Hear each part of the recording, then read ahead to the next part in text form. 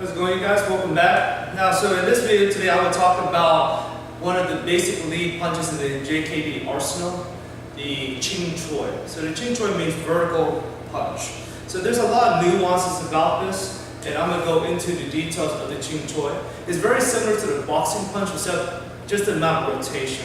And the boxing jab is very powerful, it's very effective in its own way. However, in the art of Jun Fan JKD, there's a few nuances about the vertical Chung Chuie that Bruce Lee liked about it, and I'm going to try to use this video to explain some of those nuances. Now, before we get into those nuances, it's pretty simple. You want to get into your Baizhang stance. So again, I like to be a right lead, and again, I've explained this in the past. If someone gave you a knife and someone gave your opponent a knife, they're like, okay, go at it. Would you want your knife to be in your recessive hand, the slower, less coordinated side, to try to defend against the individual, or would you put the knife in the dominant side and have the dominant side in front? You know, depending on the situation, right? So, just like in a real combat situation, a real street fight, it's not about how long you can last, it's about how quick you can take the person out. At least that was the philosophy of Sijo Bruce Lee. So, a lot of the things I do in the Jun Fan JKD system, I will do in right lead. However, I've done many years of left lead in Muay Thai and boxing. So I could go both ways, but in this video, I'm going to showcase more the right lead. So in my Baizhang stance right lead, make sure the heel is up. That way, you're always able to transfer weight. You're springing, you're bouncing back and forth. You know, you can move, have good shifting ability, you know, to be real agile. Also, what this does is it allows you to rotate your hips.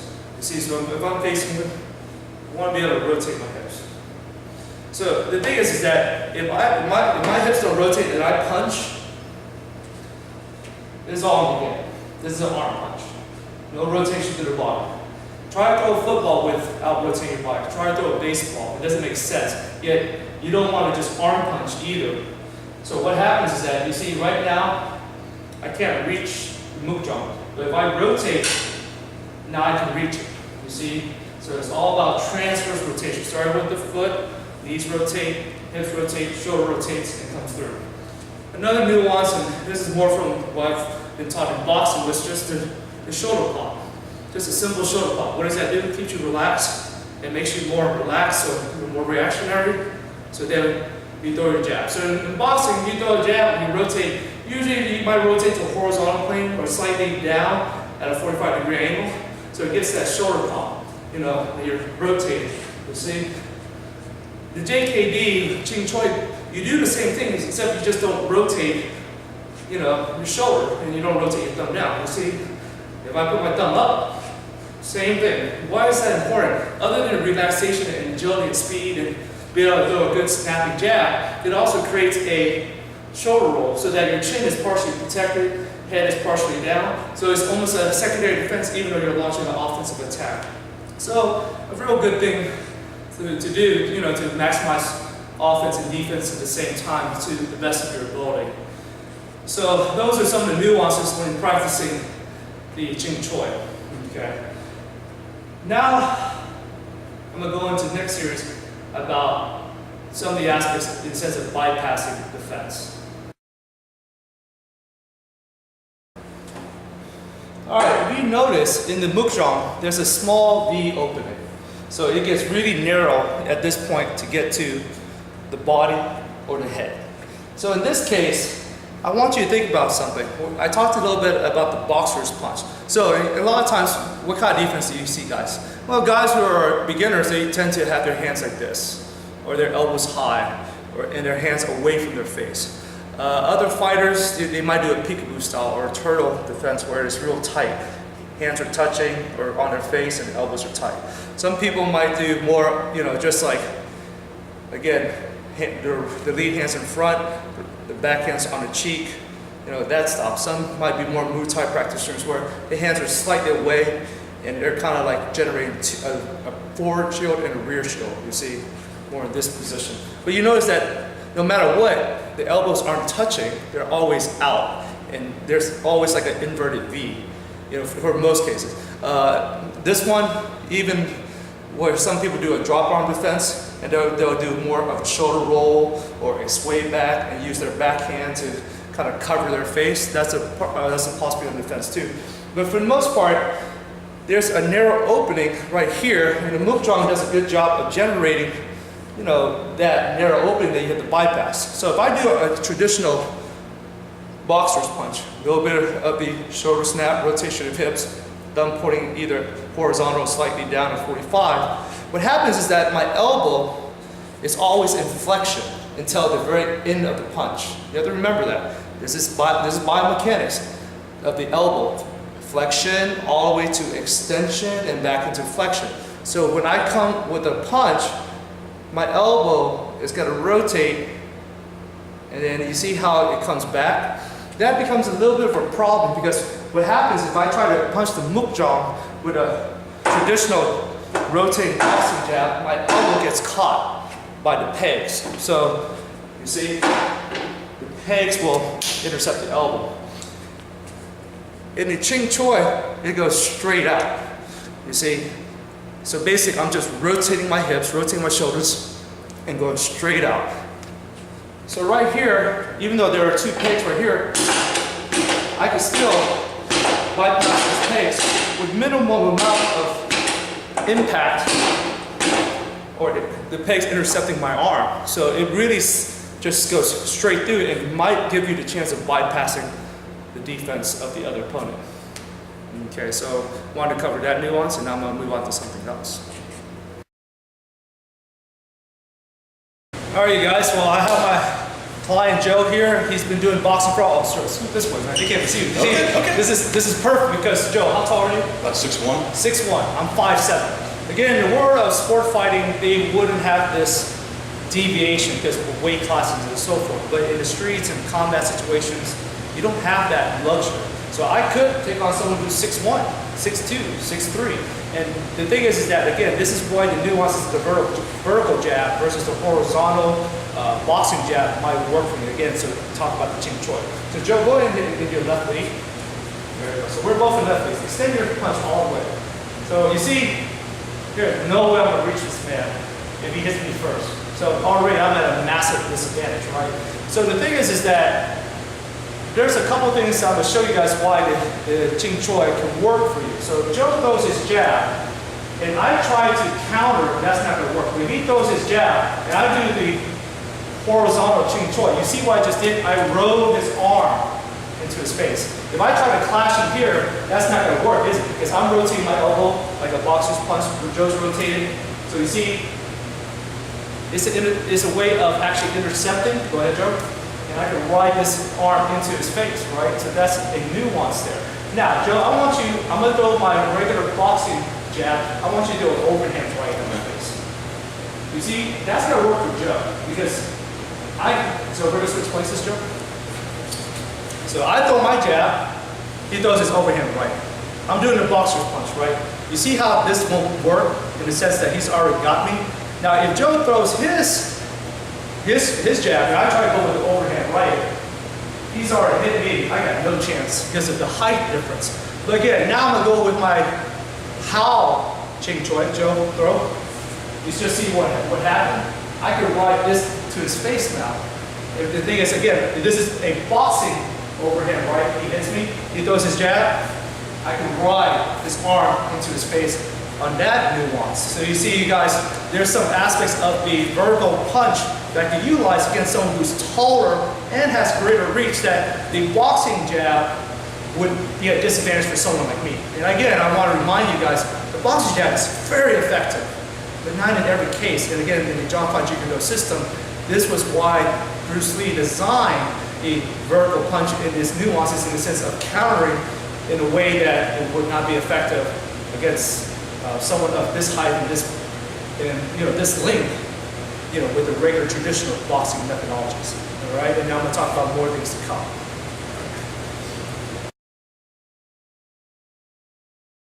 All right. Now, another thing that Bruce Lee was aware of was deception.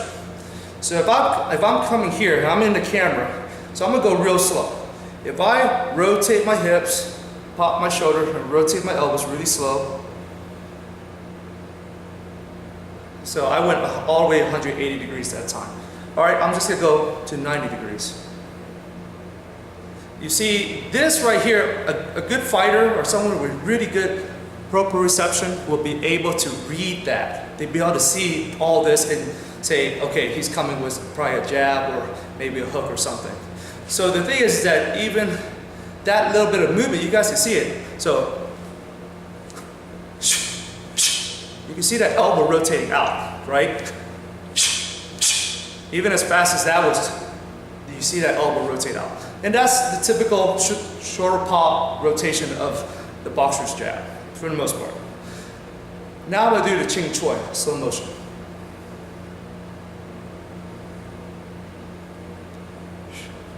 I'll do a few quick ones.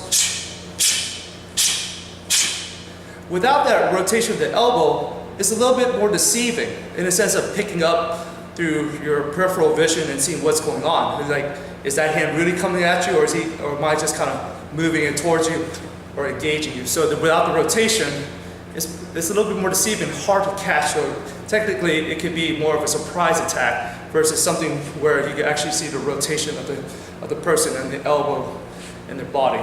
So that was another nuance that Bruce Lee looked into when it came to the Chung Chuie versus the traditional boxer's jab. And again, the boxer's jab is very effective, but again, I'm just explaining some of the things that Bruce Lee noticed, and that's why he stuck with the Chung vertical punch in his Jeet Kune Do system. And then now I'm going to move on to another aspect of the Chung Chuie. All right, now we're back on the mukjang. So the thing is that the Chung Chuie was designed so that it decreased the amount of distance to engage in trapping. I'll give you an example. So one of the movements in the Unmun defense is the Tan Sao Da. This right here. So you see Tan Sao, vertical palm up, Da meaning hit, universal. It could be a Chung Chuie, it could be a BG, could be a Wan Jun, Yun Jun, which is palm strikes, vertical or horizontal. So the thing is that, think about this. If I threw a boxer's jab, rotated, then let's say the guy he maybe did a rear hand catch, maybe he parried it, maybe he slipped it, maybe he swayed back, maybe he shoulder rolled it. He could have done all those basic jab defenses, right? So now he's coming back, and now he's throwing a counter hook, because guess what?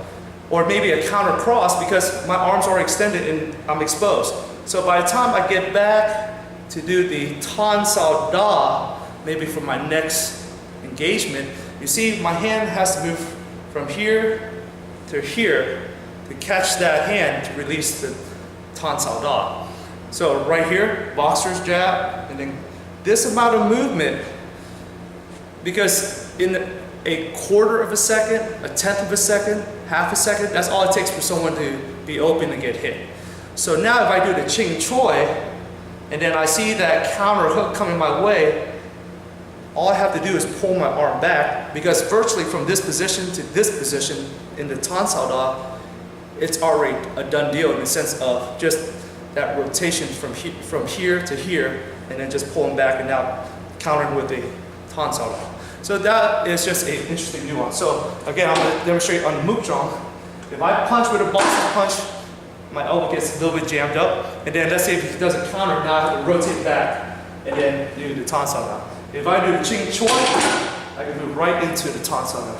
Tan Sao Da. All right. So again, a little bit closer view. So if I do a Chung Chuie, look how fast I can get to that Tan Sao Da. Chung Chuie, Tan Sao Da. Chung Chuie, Tan Sao Da. Chung Chuie, Tan Sao Da. If I do a cross, Chung Chuie, Tan Sao Da. Chung Chuie, Tan Sao Da. Chung Chuie, Tan Sao Da. So this is a how Chung Chuie, because this would be the reverse. But you see, I bypass straight to the Tan Sao Da. Right there. All right, well, there you guys have it. So I went over some unique aspects about the Chung Chuie. Again, went over basic Baichong stance, move, and then Chung Chuie, delivery through the body to deliver a good effective punch, footwork, rotation of body, shoulder pop into the Chung Chuie. Also went into the nuances in the sense of the vertical punch versus the boxer's rotation in the sense of deception, in the sense of telegraphing an attack. Also talked a little bit about the nuance of trapping in the sense of just that millisecond or tenth of a second difference where you can get back into a trapping possibility just because of the amount of rotation. And then also with the help of my client Joe, and again, you saw he's 6'1", I'm 5'7", his reach is greater than mine. Joe is 220 pounds, I'm 185 to 190 pounds. So from height, length of arms, and weight distribution, in boxing I would have a clear disadvantage, but that's the thing in real life, street is street. You can have an opponent who's bigger, stronger, greater length than you, faster, or you can have multiple opponents. That's always a possibility too. But all those were just nuances in the sense of what Sijo Bruce Lee thought about what punch to select to, to put into his arsenal when it came to the Jun Fan JKD system. And hopefully that gave you guys some clarification on why that is part of the system, and that if you are truly practicing the Jun Fan JKD system that Sijo Bruce Lee designed and its original content, then that's something that's going to be a must if you want to pursue that particular art. And again, that's if you choose to pursue that art and practice those aspects. But hopefully you guys enjoyed that narration, explanation of the Chung Chuie, and then I'll have more videos coming up to talk about other aspects that talk about the other basic lead punch in the Jun Fan JKD system. Alright guys, take care. As always, keep watching, keep learning, keep practicing, and hopefully you too will progress like me, do the art, and then eventually move to a level of education where you can actually be certified through one of the instructors that were certified by Guru Santo, which was Sijo Bruce Lee's only fully certified JKD student. Okay guys, take care. Until next time.